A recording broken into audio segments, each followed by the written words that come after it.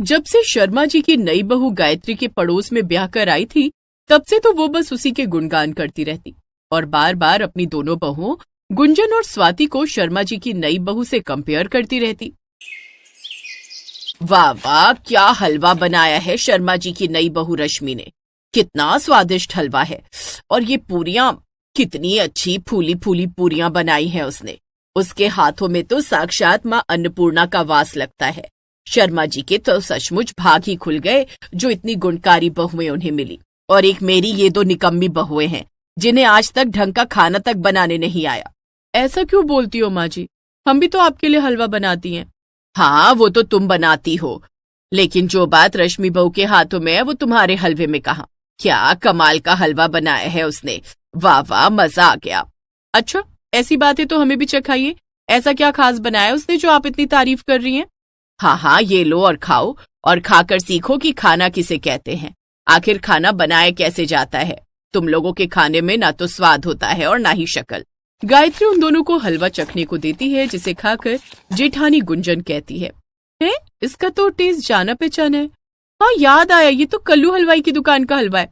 अरे हाँ भाभी, ये तो सच में कल्लू की दुकान का हलवा है। इसका स्वाद हम कैसे भूल सकते। सब्जी लाने के बहाने हम उसका ये हलवा भी तो खाकर आते हैं। हाँ, लेकिन अभी ये बात माँ जी से मत कहना, नहीं तो वो कहेंगी तुम दोनों कल्लू हलवाई के पास अकेले अकेले हलवा खाकर आ जाती हो। हाँ हाँ, समझ गई मैं। क्या हुआ, आप क्या खुसुर फुसुर कर रही हो? मुंह खुला का खुला रह गया ना इतना टेस्टी हलवा खा के। हाँ माँ जी, बस यूं समझिए आंख, नाक, कान और दिमाग सब खुल गए रश्मि का ये रूप देखकर। ये रूप देखकर मतलब? भाभी का मतलब है कि उनका अन्नपूर्णा वाला रूप देखकर। अब तो हमें भी उनसे ये सीखना पड़ेगा। दोनों देवरानी जेठानी को शर्मा जी की नई बहू पर शक हो गया और अब दोनों ने उस पर नजर रखना शुरू कर दिया। दरअसल उनके पड़ोस में रहने वाले शर्मा जी की नई बहू महीना भर पहले ही ब्याह कर आई थी, लेकिन जब से वो शादी करके आई थी तो सोसाइटी के सभी लोग उसी के गुणगान करते रहते। वो दिखने में तो सुंदर थी ही, लेकिन उसके संस्कारों ने भी सबका दिल जीत लिया था, जिस कारण आस पड़ोस की सभी सासें हर वक्त बस शर्मा जी की नई बहू की तारीफ करती रहती और उन्हीं में शामिल थी उनकी सास गायत्री भी। एक रोज, प्रणाम आंटी जी। प्रणाम रश्मि बहू, सुबह सुबह कहाँ जा रही हो? मंदिर जा रही हूँ आंटी जी। वो क्या है ना, अपने परिवार की खुशहाली की कामना करने। वाह वाह, क्या संस्कार है तेरे बहू, जीती रहे। घर आकर गायत्री अपनी दोनों बहुओं से, सीखो तुम दोनों भी कुछ शर्मा जी की नई बहू से। सुबह सुबह नहाकर साड़ी में लिपटी बिल्कुल देवी लक्ष्मी का रूप लग रही थी, और पता है वो मंदिर जा रही थी। एक शर्मा जी की बहू है और एक मेरी बहुएं हैं जो मंदिर नहीं बल्कि मल्टीप्लेक्स जाने की शौकीन है। जितनी मर्जी मूवी दिखाने ले जाओ बाहर। ये कहकर गायत्री अपने कमरे में चली जाती है। ये माँ जी का कुछ ज्यादा नहीं हो रहा, हर बात पर शर्मा जी की नई बहू, शर्मा जी की नई बहू करती रहती हैं। बिल्कुल ठीक कहा भाभी, मुझे तो उस रश्मि में भी गड़बड़ लगती है। चलो आज चलकर उसका पीछा करते हैं। वो दोनों उसका पीछा करते हुए मंदिर की ओर चल पड़ती हैं, लेकिन जब वो दोनों मंदिर पहुंचती हैं तो रश्मि तो वहां नहीं होती। अरे भाभी, ये रश्मि तो मंदिर में कहीं नहीं दिख रही। कहीं यहाँ से चली तो नहीं गई? लेकिन इतनी जल्दी हम तो उसके पीछे पीछे ही आ गए। ये तो मेरी समझ में भी नहीं आ रहा। मंदिर जाने का रास्ता तो एक ही है, फिर वो हमें दिखी क्यों नहीं? वो दोनों मंदिर से लौट रही थी कि तभी उन्हें सामने रश्मि नजर आती है, जो अपनी साड़ी उतारती है, जिसके नीचे उसने काफी छोटे कपड़े पहने हुए होते हैं। हे राम, ये मैं क्या देख रही हूँ? चल चल छुप कर देखते हैं। वो उस पर नजर रखती है। कुछ देर बाद एक लड़का वहां आता है, जिसके साथ वो सामने वाली मार्केट में शॉपिंग करने जाती है। ये देखो शर्मा जी की संस्कारी नई बहू यहाँ क्या गुल खिला रही है। माँ जी दिन भर इसके संस्कारों की तारीफ करती रहती है। हे भगवान, इस वक्त तो हम लोग अपना फोन भी नहीं लाए जो इनकी फोटो खींच लेते। हाँ, क्योंकि माँ जी को तो हमारी बात का विश्वास होगा नहीं। आपको क्या लगता है वो हमारे हाथ आ जाएगी? अरे नहीं, वो बहुत चालाक है, वो इतनी जल्दी हमारे हाथ नहीं आएगी।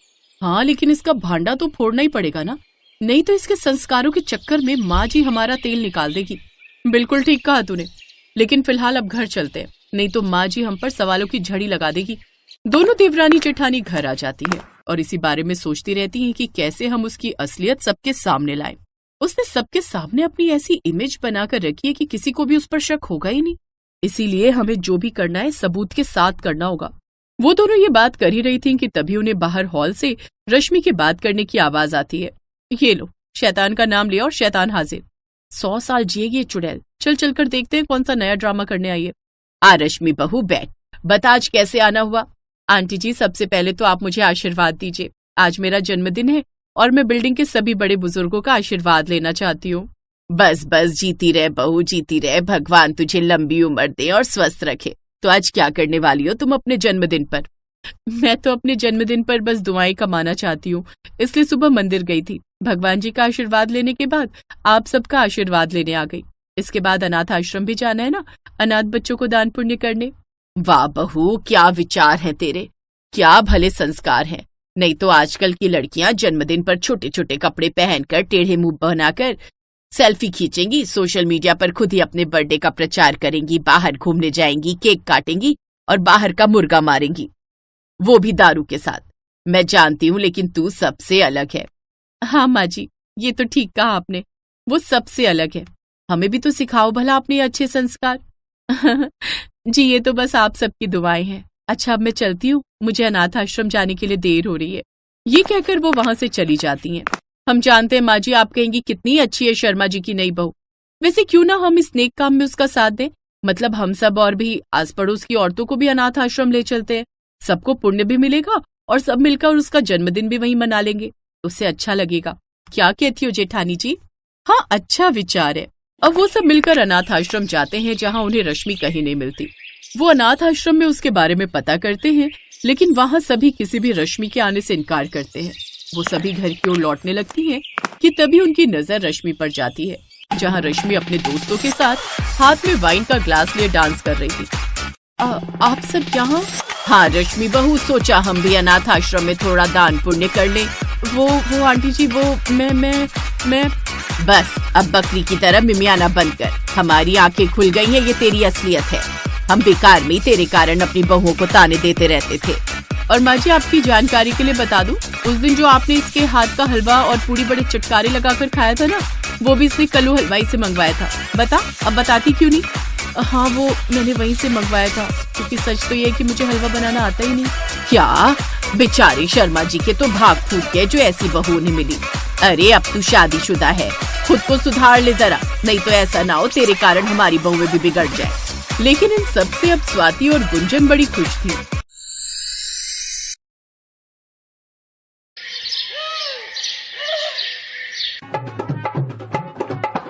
लाजवंती ने अपनी नई बहू शीतल को बहुत ही सुंदर खालिस सोने के बड़े बड़े झुमके उपहार में दिए।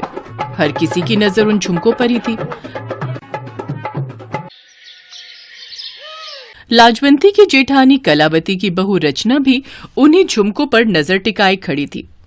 माँ जी, आपने तो मुझे ऐसे बड़े बड़े झुमके दिए ही नहीं थे। चाची देखो, शीतल को कितने सुंदर बड़े बड़े झुमके उपहार में दे रही हैं। मुझे तो ऐसा लगता है आपने भेदभाव किया है। रुक, मैं लाजवंती से पूछती हूँ कि ये झुमके कहाँ से आए। लाजवंती, ये नई बहू के लिए बड़े बड़े झुमके कहाँ से लाई हो? पहले तो कभी नहीं देखे।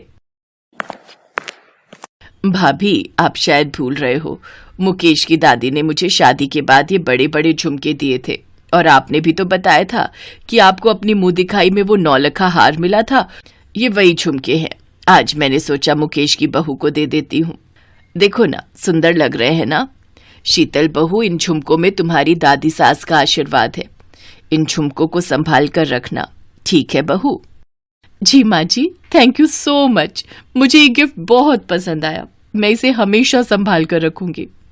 उस दिन के बाद शीतल जब भी कहीं जाती तो उसकी सास उसे बड़े झुमके पहनने के लिए कहती। एक दिन शीतल और लाजवंती को किसी के घर पूजा में जाना था। शीतल बहू, वो बड़े वाले झुमके पहनना मत भूलना। आज की पूजा में बहुत खास मेहमान आने वाले हैं। तुम ये बड़े झुमके पहनकर जाओगी तो सबको बहुत अच्छा लगेगा। मैं सबको बताऊंगी कि ये झुमके तुम्हारी सास की सास के हैं। हाँ माँ जी, आप चिंता मत करो, मैं पहन लूंगी।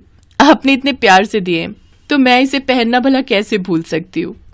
लाजवंती के जाने के बाद शीतल तैयार होने लगती है, पर शीतल को वो झुमके वहां नहीं मिलते जहां उसने रखे थे। अरे, मैंने तो झुमके इसी बॉक्स में रखे थे, पर इस बॉक्स में तो वो झुमके हैं ही नहीं। क्या हुआ शीतल? माँ आवाज लगा रही है, तुम अभी तक तैयार नहीं हुई? मुकेश, मेरे बड़े झुमके नहीं मिल रहे। वही जो माँ जी ने मुझे मुंह दिखाई में दिए थे, मैंने इसी बॉक्स में रखे थे। अच्छा, रुको, मैं ढूंढने में मदद करता हूँ। शीतल और मुकेश हर जगह ढूंढते हैं पर कहीं भी वो बड़े झुमके उन्हें नहीं मिलते। अब पूजा में तो जाना ही है, एक काम करो, तुम यही छोटी झुमकियां पहन लो, फिर बाद में ढूंढ लेना। मैंने तुम्हें बोला था कि झुमके संभाल कर रखना, पर तुमने शायद उन्हें संभालने में लापरवाही कर दी। मैंने कितने सालों से वो झुमके संभाल कर रखे हुए थे। मुकेश की दादी माँ की निशानी थी वो झुमके। शीतल के साथ साथ सबका मन बहुत खराब होता है। शीतल बहुत चिंता में थी कि आखिर उसके वो झुमके कहाँ गए, क्योंकि ऐसे तो उसके कमरे में कोई भी नहीं आया था। तभी शीतल की काम वाली मीना आ जाती है। मीना रचना के घर में भी काम करती थी। वो शीतल और लाजवंती की बातें सुन रही थी। बहू, तुम्हें अच्छे से याद है कि तुमने वो झुमके इस डिब्बे में ही रखे थे, कहीं और तो नहीं रख दिए थे? हाँ माँ जी, मुझे अच्छे से याद है, मैंने इसी डिब्बे में झुमके रखे थे। भाभी, आप कौन से झुमकों की बात कर रही हो? वही ना जो माँ जी ने आपको मुंह दिखाई में दिए थे? हाँ वही। क्या तुमने कहीं देखे हैं? हाँ भाभी, वो झुमके तो वहां ऊपर वाली अलमारी में रखे हैं। उस दिन रचना भाभी उन्हें ऊपर अलमारी में रख रही थी। मैंने उनसे पूछा भी था तो उन्होंने मुझे कहा कि आपने उन्हें बोला है कि संभाल कर ऊपर अलमारी में रखने को। मैंने नहीं बोला था, फिर रचना भाभी ने ऐसा क्यों किया होगा? मैं समझ गई बहू कि रचना बहू ने ऐसा क्यों किया है। चल, तेरी ताई जी के घर चलते हैं। लाजवंती और शीतल कलावती के घर जाती हैं और सारी बात बताती हैं। ये मैं क्या सुन रही हूँ रचना बहू, तुमने ऐसा क्यों किया? सबको साफ साफ कहो। रचना जान चुकी थी कि उसकी गलती पकड़ी जा चुकी है, इसलिए वो बहाना बनाने लगी। अरे शीतल, मेरा तो सारा प्लान ही चौपट हो गया। मैंने सोचा था कि मैं मजाक को थोड़ा आगे तक ले जाऊंगी। अब तुम इस घर में नई नई आई हो और मैं तुम्हारी जेठानी हूं, तो थोड़ा बहुत हंसी मजाक करना तो बनता है। मैंने बड़े वाले झुमके छुपा दिए थे ताकि तुम्हारे साथ थोड़ी शरारत कर सकूं, पर इस मीना ने सारा मजाक किरकिरा कर दिया। भाभी, क्या ऐसा मजाक ठीक है? खुद ही सोचो, शीतल इस घर में नई है, वो बेचारी तो पिछले 2 दिन से कितनी परेशान है। मैंने उसे यहां तक कह दिया कि वो जिम्मेदारी नहीं संभाल पाई। मुझे सचमुच बहुत बुरा लग रहा है। रचना का इस तरह से मजाक करना मुझे बिल्कुल ठीक नहीं लगा। रचना, आज के बाद ऐसा मजाक करने की कोई जरूरत नहीं है। शीतल तुम्हारी देवरानी है, उसके साथ अच्छे से रहना, क्योंकि मैं भी कलावती भाभी के साथ अच्छे से रहती आ रही हूँ। कलावती भाभी, मुझे इससे ज्यादा बताने की शायद जरूरत नहीं है कि हम दोनों देवरानी जेठानी में कितना प्यार है।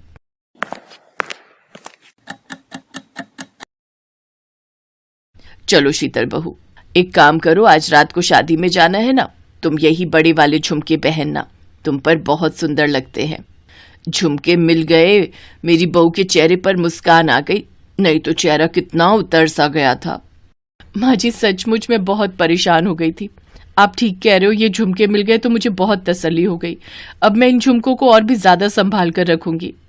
उस दिन के बाद शीतल ने समझदारी से काम लिया। अब वो रचना से बहुत संभल कर रहती थी ताकि आगे रचना फिर से कोई चालाकी न कर सके।